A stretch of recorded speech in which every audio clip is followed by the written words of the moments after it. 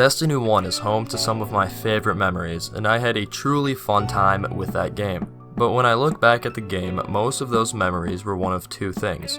One memory is getting a really hard to obtain piece of gear, such as when I got my first exotic, which was the Hawk Moon, or when I finally got Thorn. The other kind of memory is doing really good in a Crucible game or dominating my friends in a custom game. You may be wondering how that relates to Destiny 2 and why I no longer find the series fun anymore. Well, basically, Bungie has removed what made those memories memorable from Destiny 2. Before we get into that, I would like to remind all of you to please like and subscribe if you like what you see here today, as it helps boost this video up the algorithm here on YouTube. So without further ado, let's get into the rest of the video. Destiny 2 has almost no hard to get rewards anymore, and the few it does have are being sunset soon, with almost no good replacements around to replace what's being sunset.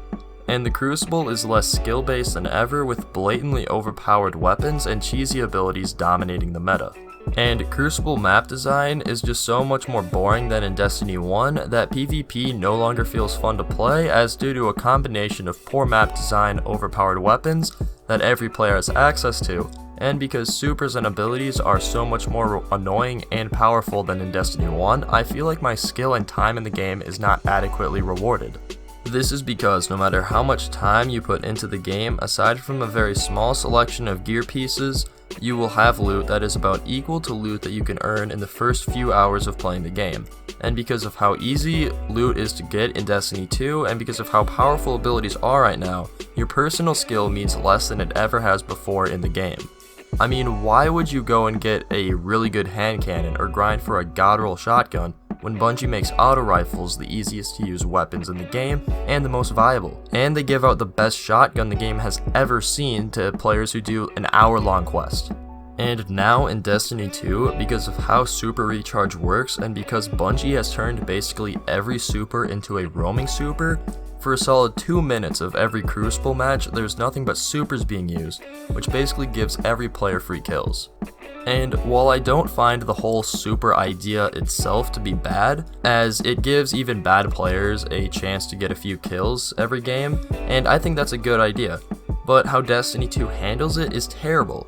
That's because currently in Destiny 2, it either gives you a roaming super or a super easy to use super, and these supers give even Johnny No-Hands enough time and health to roam around an entire Crucible map and kill the entire team. In Destiny 1, this was not as big of a problem because every super, while it did have a high chance to get a lot of kills, it also came with a lot of disadvantages that made it relatively easy to counter, and while it could easily guarantee you 1 or 2 kills, there were very rare times you could kill the entire team and then some. And I keep seeing all these people that say that Destiny 2 doesn't respect the power fantasy of the player and you're too weak compared to Destiny 1, and I don't understand how people can see that, when in every aspect of your character you're more powerful than in Destiny 1. The only difference that I can see is that it negated the skill gap, as because of how powerful Destiny 2 makes every player is good at the game or a lot better than they were in Destiny 1.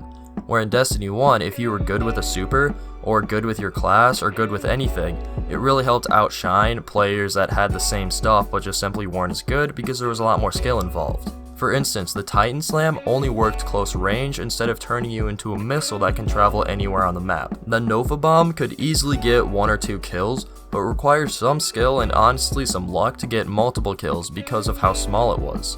The Gunslinger only had 3 bullets instead of the 6 rechargeable ones that they currently have. I could go on and on, but you get the point.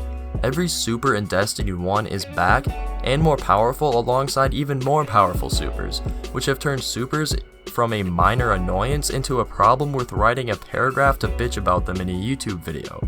And while supers were weaker in Destiny 1, they required so much more work to level up anyways.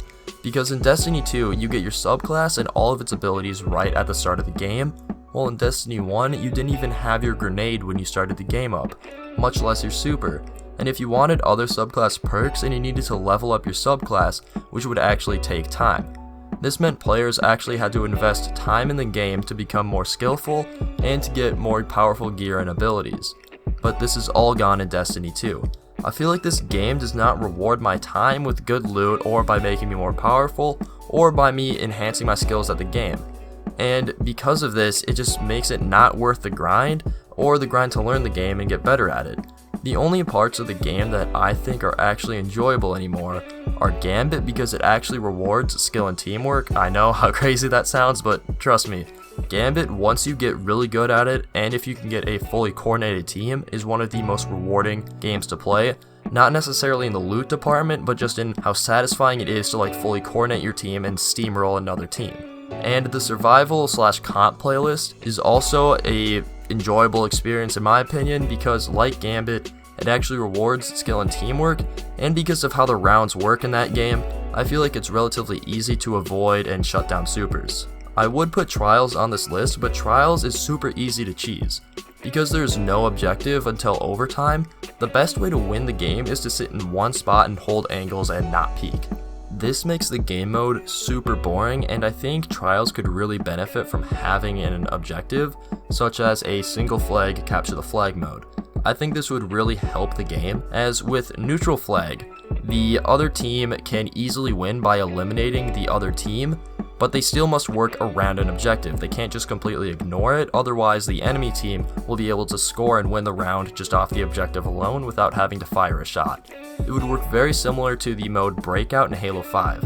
I'd recommend watching a video on that to get a better idea of what I'm talking about, but before I go too in depth on how I would fix Trials, I want to save that for a separate video. But basically the mode's really boring and needs some work. But let's get back to the topic at hand in this video.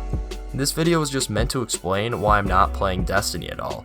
It's just simply because it's boring. Like, it doesn't value my time, there's nothing worth grinding for, everyone's super powerful, so it doesn't really benefit me to try and get better at the game. I can enjoy PvP every now and then, but it's not the same thing as I used to be able to just play non-stop for endless hours. PvE is just boring as is. The only reason that I would ever go in PvE, at least how it used to be, was because I would grind for loot. But loot is not worth grinding anymore, and the loot that is worth it is super easy to get. PvP is complete shit right now, and it's just not fun to play. I mean, when I have more fun in Gambit than any other part of the game, I think Bungie should know something is wrong. But anyways, that is all I have to say, and I am actually curious about what everyone else plays Destiny for, and what your best memories in the game are. But that's it for me, and if you liked the video and like what you heard, please like and subscribe for more Destiny or Halo content, and please let me know what you want more videos on in the comments down below. And until next time, goodbye.